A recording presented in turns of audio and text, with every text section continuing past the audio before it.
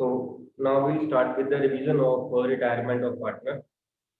Retirement of partner means when any partner due to any reason leaves the partnership, exit कर जाता है वो partnership से. Reason may be any reason may be due to old age, reason may be due to lack of time, reason may be any other reason, any other personal reason. But reason यहाँ पे हमारा topic नहीं है. हमारा topic यहाँ पे है retirement की अकाउंटिंग ट्रीटमेंट जो है वो कैसे करें. ठीक. Before that, suppose A, B and C are partners sharing profits and losses in the ratio of 2:1, and B retires, and A and C decide that in future they will share profit losses equally in the ratio of 1:1. So old partners were A, B and C. Old means before the event. A, B and C. B is retiring partner. A and C are continuing partners. जो business को B के retirement के बाद continue कर रहे हैं. And the ratio in which the old partners were sharing profit losses, that was the old profit ratio, and the ratio in which continuing partners will share profit losses, that is the new profit ratio. And when any partner retires from the firm, then the continuing partners their share increases. उनका share जो होता है वो gain कर जाते हैं. तो जितना प्रॉफिट पहले हो रहा होगा उसको अगर 3 पार्टनर्स में डिस्ट्रीब्यूट किया जाएगा तो उनको कम आएगा. अब एक पार्टनर छोड़ के चला गया है, 2 पार्टनर में डिस्ट्रीब्यूट किया जाएगा तो ज्यादा आएगा. It means every time generally on the retirement of partner the continuing partners they gain, and the ratio in which the partners gain on the retirement of a partner is known as gain ratio. ठीक है. इसका formula होता है gain ratio is equal to new ratio minus old. क्योंकि new ज्यादा होता है और ओल्ड कम होता है तो माइनस करके जो है वो गेन आ जाएगा, है ना. जैसे एडमिशन में हम कर रहे थे सन वाला फार्मूला ना किया था. सन वाला formula sacrifice equal to old minus new, क्योंकि वहां पे ओल्ड ज्यादा होता है. जनरल केसेस में ओल्ड ज्यादा होता है और गेन वाले केसेस में रिटायरमेंट में न्यू बढ़ जाता है. तो न्यू पहले लिया गया है, new minus old, O minus N N minus two. ठीक. यहाँ भी ऐसे ही टॉपिक्स हमने जो करने हैं जो हमने पहले बात करी थी. फर्स्ट बार टॉपिक हमारा कौन सा है जहाँ पे adjustment to be made on the retirement of partner. First topic कौन सा है हमारा? calculation of calculation new profit ratio and gain ratio. Second कौन सा है? calculation and treatment of goodwill. Calculation and treatment of goodwill. Goodwill. Yes, very good. Third topic कौन सा है? Revaluation of assets and reassessment of liabilities. Next उसके बाद कौन सा है? treatment of accumulated Treatment of the accumulated profit and loss. Treatment of accumulated profits and losses. Then settlement of retiring Treatment of capital. Syllabus में नहीं है, otherwise वो topic है लेकिन सिलेबस में नहीं है, इसलिए हम उसको डिस्कस नहीं करेंगे. तो ये सारा कुछ जो है जब हम बड़ा सम डिस्कस करेंगे ना 8 मार्क्स वाला, उसमें ये सब टॉपिक्स आएंगे. उसमें एडजस्टमेंट ऑफ प्रॉफिट्स एक्यूमुलेटेड और लॉसेस एक्यूमुलेटेड भी आ जाएगा, रिवैल्यूएशन भी आ जाएगा, गुडविल की ट्रीटमेंट भी आएगी. और वहाँ पे जैसे हम एडमिशन में बना रहे थे revaluation account, partners capital account and bank account, यहाँ पे तीनों ही बने. एडमिशन और रिटायरमेंट आपस में बहुत ज्यादा मिलती है, बहुत ज्यादा मिलती है ना. बैलेंस शीट तकरीबन सेम रहती है, एक आध पॉइंट छोड़ती. रिवैल्यूएशन टोटली सेम है. पार्टनर्स कैपिटल जो है वो उसमें थोड़ा सा डिफरेंस है, ज्यादा नहीं है, थोड़ा सा डिफरेंस है. अगर हम कंपेयर करें तो सबसे ज्यादा डिफरेंस पार्टनर्स कैपिटल में है, फिर भी इतना नहीं है, इतना नहीं है ना. उसकी पॉइंट्स हमने लिखे हुए थे. तो हम बड़ा सम जो है वो डिस्कस करते हैं और उसमें सारे जो है वो आपके छोटे पॉइंट्स जो है वो सारे ही आते हैं. जैसे हमने पहले बात करी कि यहाँ भी रिवैल्यूएशन अकाउंट खुलेगा, पार्टनर्स कैपिटल और बैलेंस शीट. तो रिवैल्यूएशन अकाउंट अगेन जैसे आपने कल एडमिशन में हमने रिवाइज किया था, रिवैल्यूएशन अकाउंट वैसे ही सेम बनेगा. All the losses on the revaluation of assets and liabilities will put to the debit side and all the profits will put to the credit side. Loss कैसे होता है? जब asset की value कम हो जाए या लायबिलिटी की वैल्यू बढ़ जाए। And reverse is the case when profits are there, asset increase and liability decrease. After this we calculate the profits और लॉसेस ऑन द रिवैल्यूएशन। अगर लॉस कम आ रही है, जिस डेबिट साइड छोटी आ रही है, तो will be profit on zero. अगर क्रेडिट साइड छोटी आ रही है, तो will be loss on zero. ये सेम है, बिल्कुल सेम है जैसे हमने कल एडमिशन में रिवाइज किया था। ठीक है। देन पार्टनर्स कैपिटल, हम पार्टनर्स कैपिटल, इसमें suppose again 3 partners are there, A, B and C, and B is the dining partner. Particulars A, B, C, debit side, credit side. The dining partner is B. It would be better अगर आप ऐसे dining partner को circle कर लो सामने, अच्छा रहेगा। उसका reason क्या है कि जब हम एडमिशन कर रहे थे ना, तो जो पहले 2 पार्टनर्स थे वो ओल्ड पार्टनर्स थे, जो सी था जो न्यू पार्टनर था हमेशा लास्ट में रहता था। हम उसको डालते ही लास्ट में, तो हमें हमारा हाथ टिक जाता है ना वहां पे। पहले 2 वाले ओल्ड हो गए, थर्ड जो है वो न्यू हो गया, सी न्यू हो गया। अब यहाँ पे थोड़ी कुछ जरूरी है कि लास्ट वाला ही रिटायर होगा या सेंटर वाला भी रिटायर होगा। आपने सम भी किए होंगे, मोस्टली सम में यही रिटायर हो रहा होगा, तो हमारा हाथ यहाँ टिक गया। लेकिन कई सम ऐसे भी आए जहाँ पे सी रिटायर हो रहा था, आए होंगे। और 2-4 सम तो ऐसे भी आए होंगे जहाँ पे फर्स्ट पार्ट रिटायर हो गए।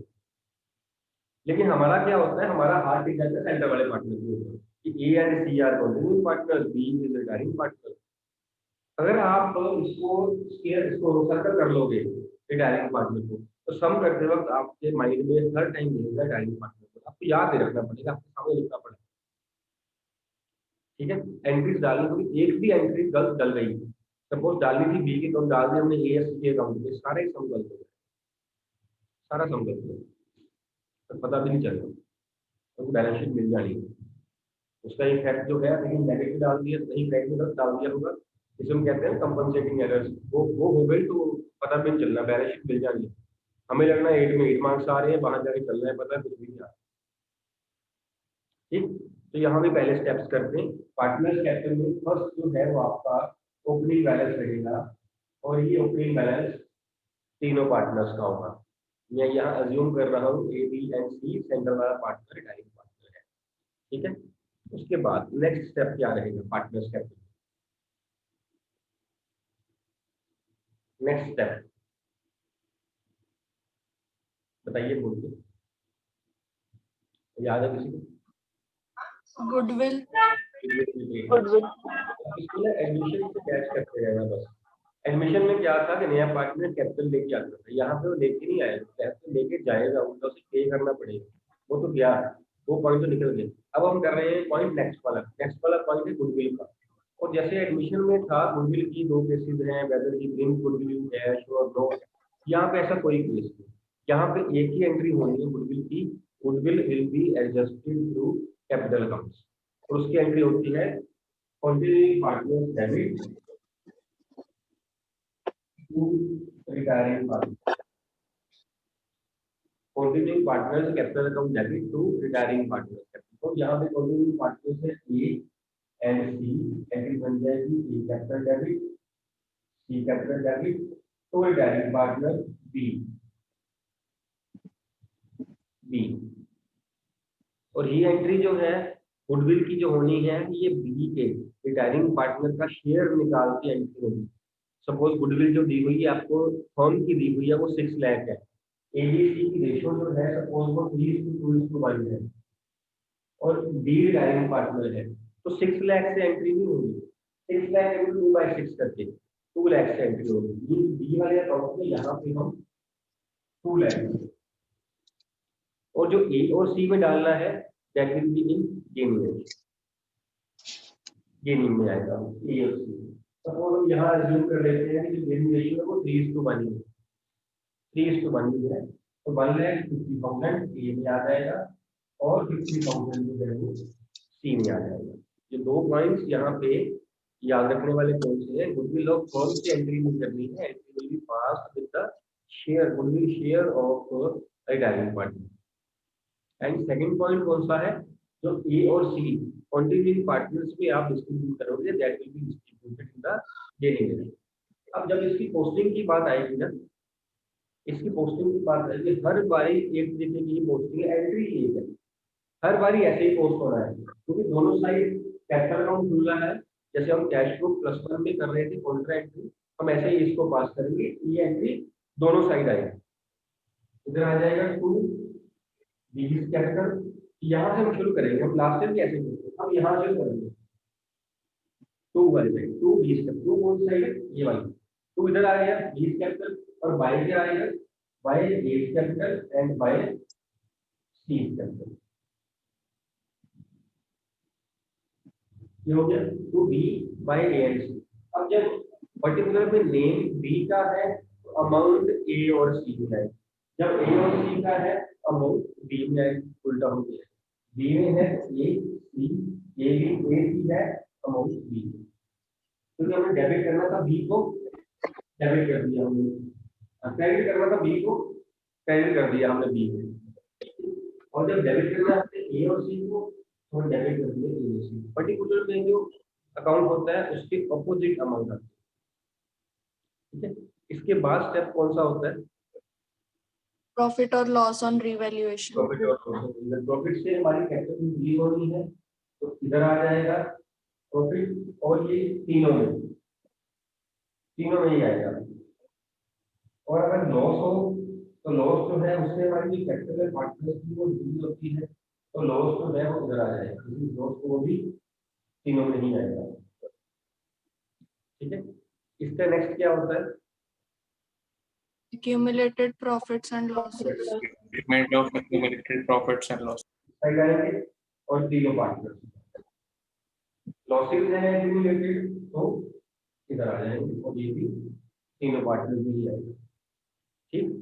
Then Payment to retiring partner. Payment to direct partner. इसके बाद डायरेक्ट पार्टनर को बैलेंस, हम इसके बाद एडमिशन में भी क्या करते थे, हम इसका बैलेंस ही निकालते थे। हम यहाँ भी बैलेंस ही निकालते हैं, कुछ और नहीं कर रहे हैं, बैलेंस निकाले, लेकिन डायरेक्ट पार्टनर का बैलेंस पहले निकाल लेना है और कंटिन्यूइंग पार्टनर उनका बैलेंस बाद में निकालना है। तो पहले हम रिटायरिंग पार्टनर को बैलेंस करेंगे, और रिटायरिंग पार्टनर 20 है, इसे प्लस करके यहाँ माइनस कर दिया जाएगा। This is known as settlement of retiring partners capital. Settlement कैसे करनी है? या तो उन्हें कैश पे कर देंगे या चेक, या उसका जो पैसा है वो लोन में डाल दिया जाएगा, ठीक है। अगर तुम पैसे पे कर दिए तो टू बैंक, अगर लोन में डाल दिया है तो टू लीज लोन, अगर दोनों है तो दोनों, थोड़ा सा कैश पे कर दिया है बाकी लोन में डाल दिए, दोनों भी आ सकते हैं। इससे क्या हुआ, जो बी का अकाउंट था वो बैलेंस हो गया। अब हमने ए और सी का बैलेंस कर दिया है, वो सिंपल जैसे हम बैलेंस निकाल दिया, यही बैलेंस आता है ए और सी का। एक्चुअल में क्या हुआ है, ये भी बैलेंस ही है और ये दोनों बैलेंस ही, दोनों बैलेंस ही, लेकिन इसको बी को रिटायरिंग पार्टनर को बैलेंस सीडी में नहीं दिखता है, क्योंकि ये बैलेंस सीडी जो है वो कैपिटल अकाउंट का है, और कैपिटल होता है पार्टनर का, और ये पार्टनर अब है नहीं, B is not over a partner.